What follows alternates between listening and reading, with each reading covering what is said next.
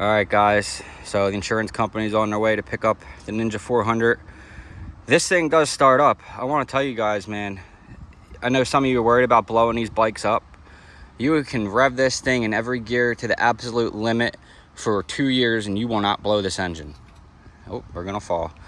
The bike's motor is really strong, and just to prove that to you guys, we'll give it a start. Should be a neutral. Yeah, it was a bitch to get it neutral, that's the one thing. It starts up.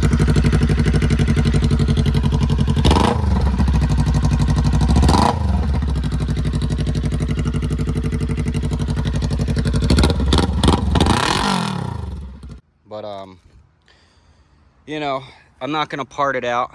It's just, for me, like, I just don't have time for it. And I know it doesn't look that bad, but the rim to be cracked in half like that, I can't really, I mean, you really got to hit this thing hard. The guy was doing 30-40 miles an hour. Got very lucky. Subframe's bent, plastics are destroyed. It snapped the both rear pegs are snapped right off the subframe. Brake reservoir, the caliper's off because it kept getting stuck, so I took the caliper off so you could move the bike. All this stuff's all just bent to shit. Just the tail light cracked, all that stuff's just gone under there. The swing arm is kinked on both sides. The mount for the suspension, you can probably barely see it, but the mount for the suspension right there is cracked off of the mount there. So that's cracked straight in half. That's a lot of force. Like I said, the subframe's bent. Plastics are bad. This clip-on is bent really bad. And you can see, like, from when the bike fell, it hit so hard that it bent up here on the dashboard. Mirror is broken. So the bike's totaled. You know, you got your alternator cover all scraped up. The transmission's really hard to get into gear, but it does go. It will go. But with all that being said, you know, you got your brake levers destroyed, all this stuff. It's a lot of little stuff, but it all adds up, and, you know, obviously the motorcycle's totaled. Now, if I had the time, you know, like if I had the time, guys, I would buy this bike back and make it a track bike. And I have thought about that, you know, because it's gonna be pretty cheap to buy it at an auction, and it's really not gonna be too bad to fix. I'll be honest with you, it's really not. It's not. You know, the whole back swing arm, replace that, the mount, all the shift levers, gears, some plastics. I mean, this is gonna be a really good race bike. Somebody's gonna buy this and make this a track bike, because it runs. The engine's solid, so that's really all you care for. I mean, all this other stuff's easy, and like I said, I just don't have the time. You know, like, I'm moving to Texas in 7 days, you know, so I'm gonna get a brand new R7 60th anniversary. That's I know I was contemplating the CBR 1000 RR, but it's gonna be between those two. When I get to Texas, I have down payment on the R7, and I'm on a waiting list for one. So as soon as they come in September, I can get one if I want. But if something pops up before that, then I'll grab that. But I had a brand new bike that ran. I just don't have time to be sitting there messing around rebuilding a bike and buying this bike and not having a bike. Like, you guys got to understand, like, I get it, like, you know, oh, it's, you know, fix it up, make it a track bike. I just don't have the time, you know. And am I gonna regret that? Probably, because this is a badass motorcycle, man.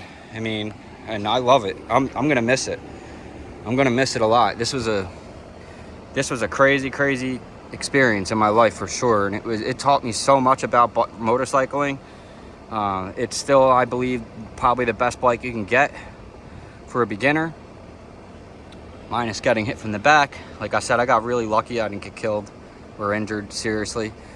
You know, I gotta walk around with this thing on my ankle because my ankle still hurts a lot, and that's to start it, kind of. It's you know, I got some injuries still, but I'm alive, and that's what's good. I got a brand new Arai helmet coming from Elizabeth Wander. She sent me another one out. We agreed that she sent me one. I was able to pay her back for it, so I can keep the channel going, because we'll talk about this when the helmet comes in. But guys, I'm not getting on another bike ever without an Arai Corsair X. I know there's other helmets you can get that are safety rated and all that crap. I'm just not gonna do it, man. We'll talk about that in that video, but you're never gonna convince me to buy a helmet other than that one. when you go through something like that where your head smashes the ground multiple times and you walk right with no head injury, it's gonna be pretty hard for you to be like, oh yeah, let me just get a different helmet, you know. So yep, so we're saying bye to the Ninja. You know, maybe one day I'll get another one, but honestly the R7 is a really good beginner track bike as well. It's not super fast, it's like the perfect street bike really. And I'm really excited to get that. It's gonna take some time, so we're gonna be off for a little while, but I have the helmet now, and that was an important thing, because it was either I get the helmet first and not the bike, or the bike and no helmet and I can't ride. Because even if I had a bike and if I don't have that Arai helmet, I'm not riding it, you know. And say what you will about that, you know, buy a $500 AGV or buy this or buy that, you know. This is a super premium helmet that just saved my life, and I just refused. I don't care what anyone says. They're the best of the best for a reason. That's why all the MotoGP riders wear them. So yeah, I mean, like, you know, looking at it from here, it's not too bad. Like I've owned a body shop my entire life pretty much, you know, so I know I could fix this motorcycle and it could be right back to where it was and probably better, you know. But if I had the time, guys, and I wasn't moving to Texas, that would probably be something I would look more into. Like just buy it back from the insurance, hold on to it, buy another bike, and then slowly dump money back into this one. But unfortunately, with the timing of everything, I mean, I need to use some of the bike money to move to Texas, because I've been out of work for 3 weeks and I really needed that $4 grand that I was gonna make to move. I really needed that money. So now I need that money to move, and it's just bad timing, and it's just not gonna work out that way. But would I have done that in any other circumstances? I would have more than likely have bought the bike back and rebuilt it. So it's gonna be really sad to let it go. You know, this is my baby, dude. It's my first bike, you know. It's like this thing is everything to me. It changed my life. It literally saved my life and then almost killed me at the same time. But those are some of those things you're gonna have to deal with when motorcycling. Well, guys, that's it. Say goodbye to the Ninja400. On to the next bike. It was a good bike, but now we're gonna get something way, way cooler and way better. Not that that's a bad bike, but anyways, I'll see you guys in the next one. Peace.